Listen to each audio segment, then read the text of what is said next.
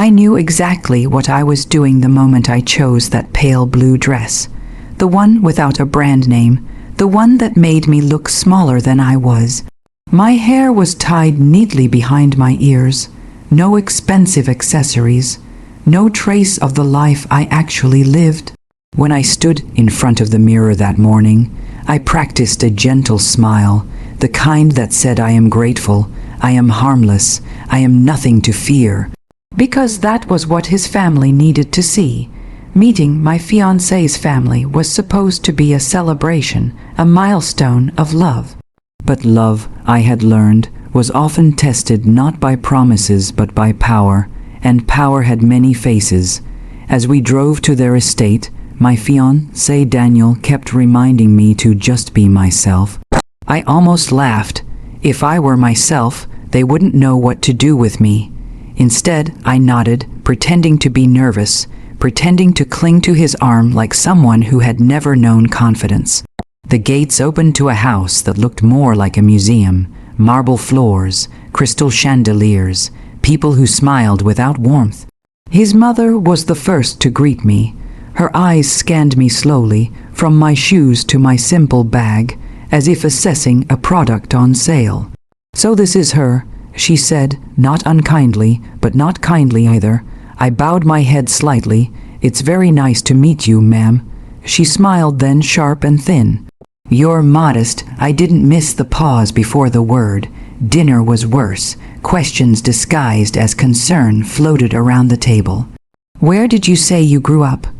"Oh, that must have been difficult. You've never traveled abroad." Each sentence carried an invisible weight. Each smile hid judgment. Daniel noticed, of course. He always noticed, but he said nothing. His silence pressed heavier than their words. His sister, Clara, didn't bother hiding her disdain. Daniel always liked simple things, she said, swirling her wine. "I suppose that includes people." The table laughed softly. I smiled harder. Inside, something cracked.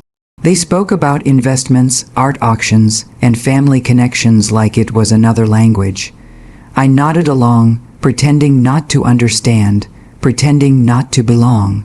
I played my role well, the poor, naive girl lucky enough to be chosen. What hurt the most wasn't their cruelty. It was Daniel's relief that I wasn't impressive enough to threaten them, relief that I didn't embarrass him with confidence. Relief that I fit neatly into the box they had prepared for me.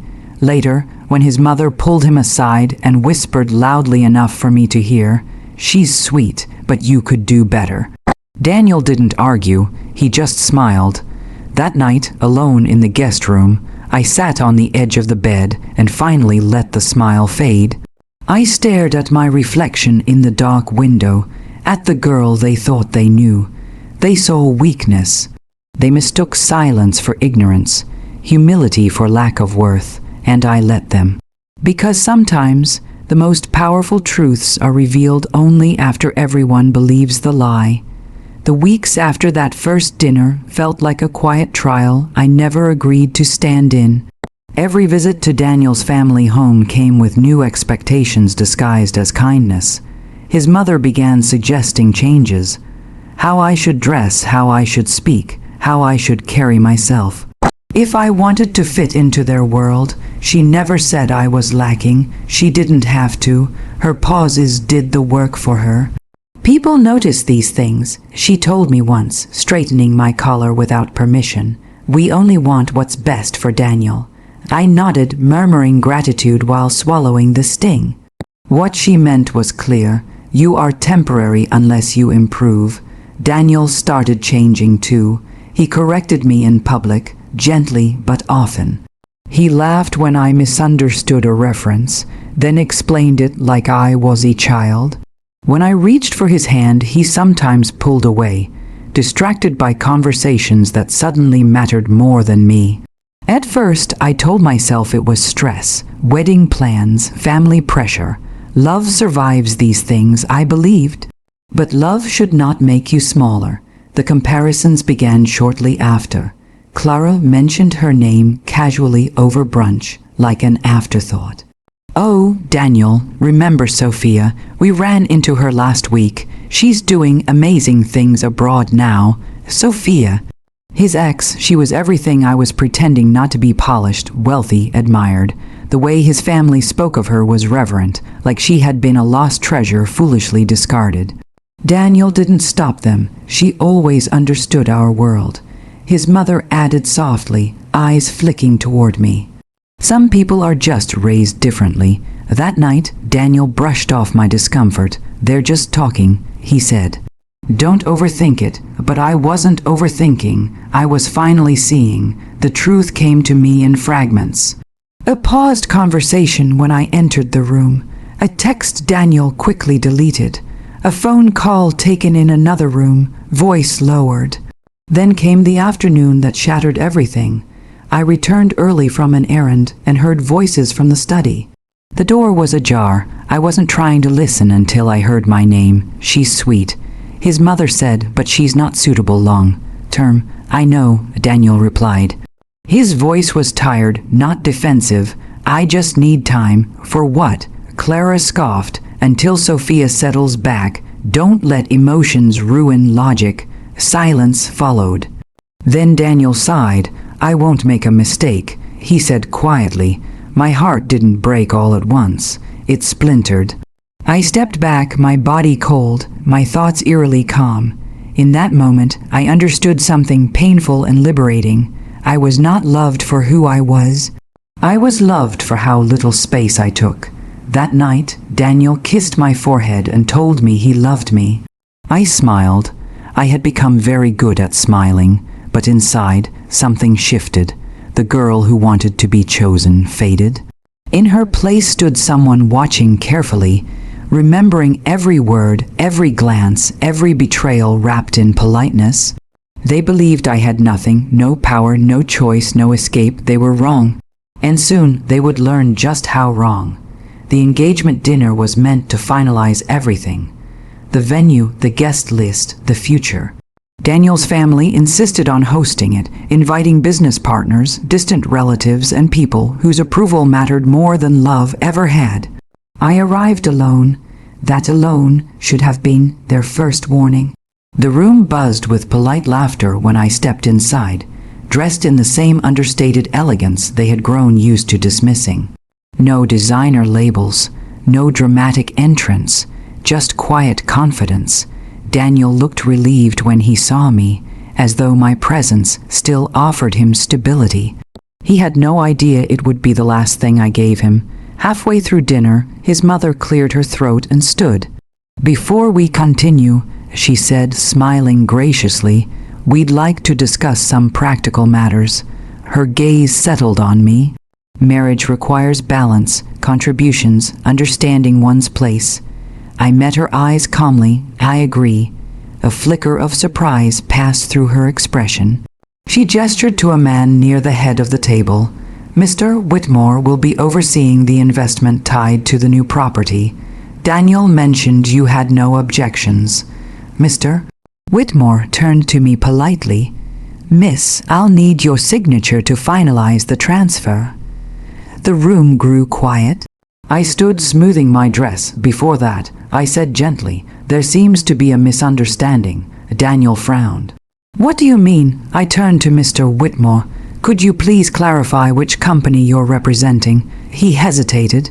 "Evelyn Holdings." A murmur rippled through the room. "That's my company," I said softly. Laughter followed short, disbelieving.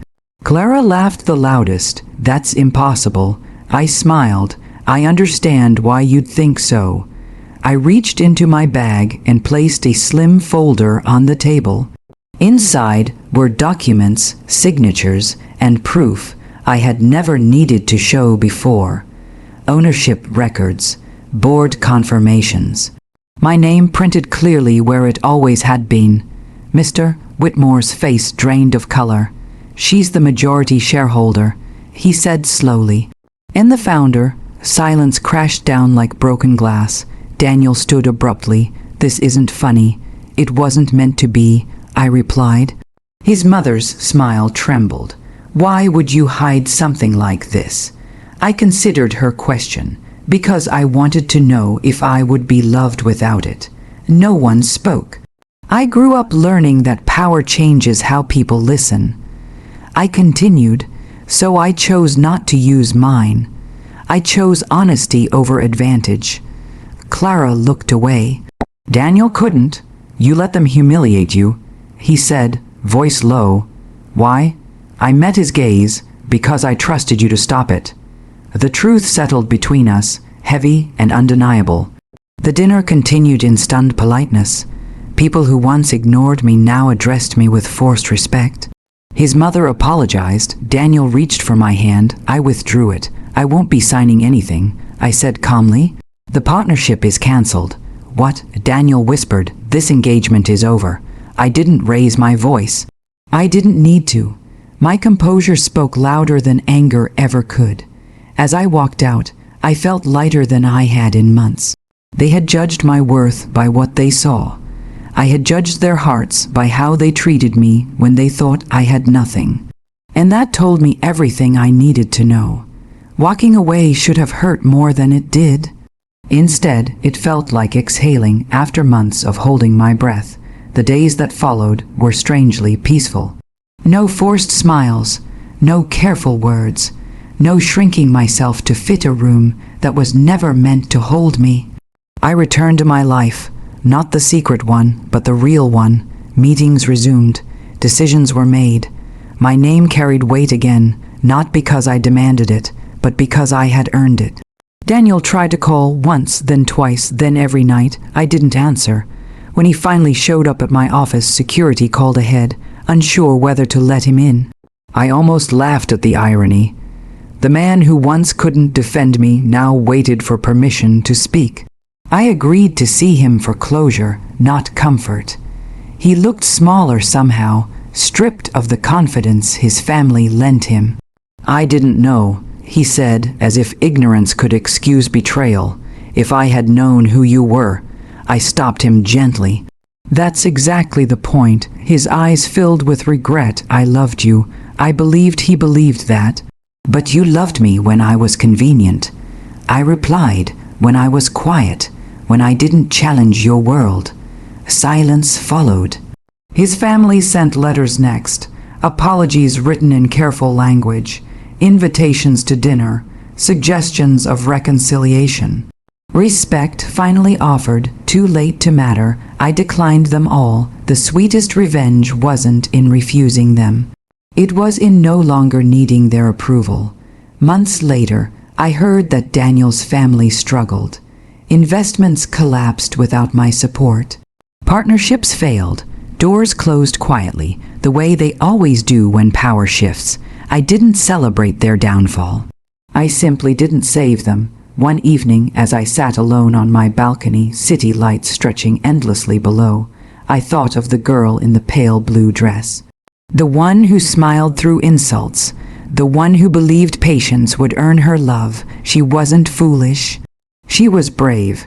She taught me something invaluable, that love which demands you become less is not love at all, and that sometimes the most radical act of self-respect is walking away without making noise. I didn't need revenge soaked in anger. My success was enough, my peace was enough, my self-worth was enough. In the end, I didn't expose them to punish them. I revealed myself to save me. And that, I realized, was the truest victory of all.